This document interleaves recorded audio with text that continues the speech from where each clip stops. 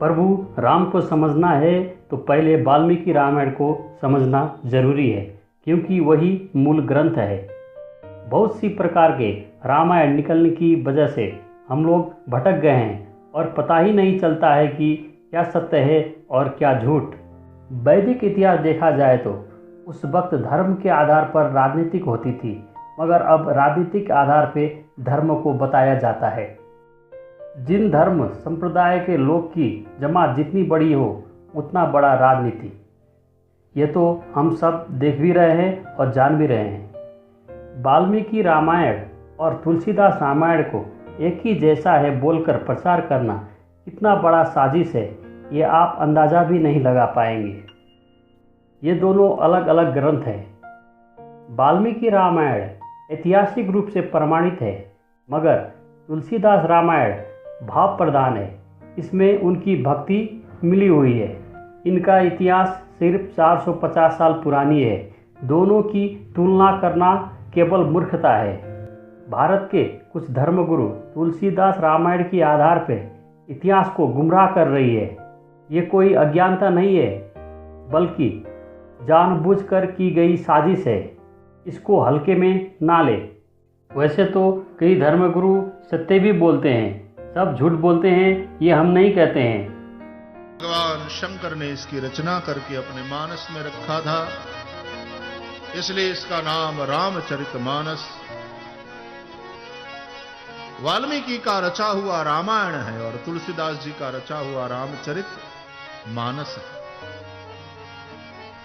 विद्वानों ने दोनों की तुलना करी। वाल्मीकि रामायण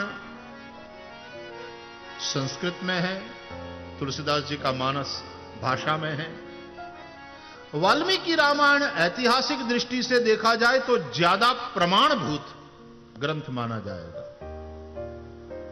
ऐतिहासिक दृष्टि से ज्यादा प्रामाणिक और प्रमाणभूत है। तुलसीदास जी का रामचरितमानस भक्ति प्रधान है, भाव प्रधान है। इसमें इतिहास मुख्य नहीं है, इसमें भावपूर्वक राम गुणगान ये प्रधान।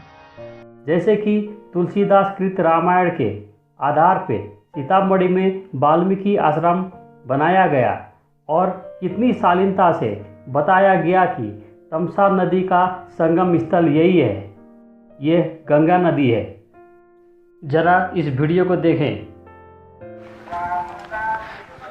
गंगा तट से हम आ गए हैं इन सीढ़ियों से चल के। अब चलेंगे आश्रम की तरफ, आपको ले चल।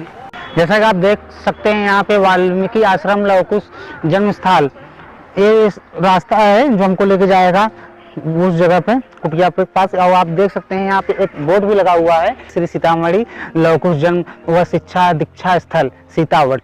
जैसा वट आप देख रहे हैं वो वट है, उसी के नीचे बोर्ड लगा है, वही आश्रम है। यहाँ पे आप देख सकते हैं लिखा हुआ साक्षात श्री वाल्मीकि आश्रम श्री गंगा तट श्री सीता समाधि स्थल निकट ही।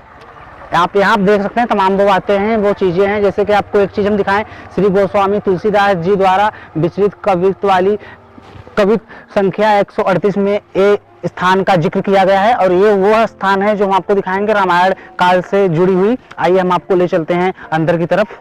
कौन सी जगह हम लोग हैं? यही वाल्मीकि जी को ज्ञान प्राप्त हुआ। जैसे आप जानते होंगे कि वाल्मीकि जी पहले डाकू थे जी। तो यहाँ पे वाल्मीकि जी के मुंह से राम नाम का उल्टा क्रम मरा मरा जपते हुए महाव्यात्य महामनुषाद हो गए। तो वो स्थान आपको दिखाने चल रहे हैं। जैसे देखिए यहाँ पे वाल्मीकि जी को ज्ञान प्राप्त हुआ था। गोस्वामी जी हाँ जी जी बोलिए। गोस्वामी तुलसीदास कृत कौतुल्य में लिखा है कि जहाँ भय वाल्मीकि व्याधते मुनिंदसाद मरा मरा जब प्रीक सुनसाद की सिय को निवास लौकुश को जन्म थल तुलसी छुह चाह ताप गरे गात की बिटप महीप सुर समीप सोहे सीता बट दिक्कत पुनित होता। जहाँ अर्थ बताएंगे हमको तो हाँ जी।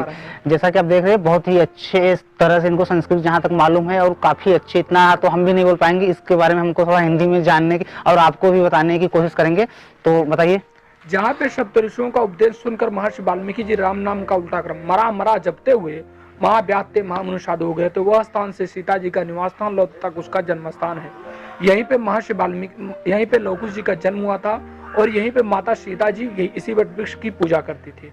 जैसे हम आप लोग जानते होंगे कि यह वट वृक्ष ऐसा है कि इसके दर्शन मात्र से पापी पुरुष भी पूर्ण हो जाते हैं। और यहाँ के बारे में गोस्वामी तुलसीदास जी ने यह भी लिखा है कि बारीपुर दीघपुर बीच बिलसद भूम अंकित जो जान के चढ़ जल जाते, जहाँ पे सप्तऋषियों का उपदेश सुनकर महर्षि वाल्मीकि जी राम नाम का उल्टा क्रम जपते हुए उन दोनों दो गांवों का नाम भी लिए हैं गोस्वामी तुलसीदास जी, बारीपुर दीघपुर बीच बिलसद भूम अंकित जो जान की। बारीपुर हमारा जस्ट बगल में और दीघ हमारा ब्लॉक है, इन दोनों गांवों के नाम में सीतामढ़ी प्रसिद्ध। जैसा कि आप देख रहे हैं रामायण से जुड़ी हुई बातें हम कर रहे हैं, और आपको शायद मालूम ना हो तो आप जान लीजिए वाल्मीकि जी ने ये 2 जगह का जिक्र किया है जो कि यहाँ पे मौजूद है। वाल्मीकि जी ने, गोस्वामी तुलसीदास जी ने जिक्र किया है। ओके ओके, गोस्वामी तुलसीदास जी ने। जी जी। तमसा नदी तट जैसे वाल्मीकि जी ने बताई है वह नेपाल के चितवन जिले में है और असली वाल्मीकि आश्रम भी यही है।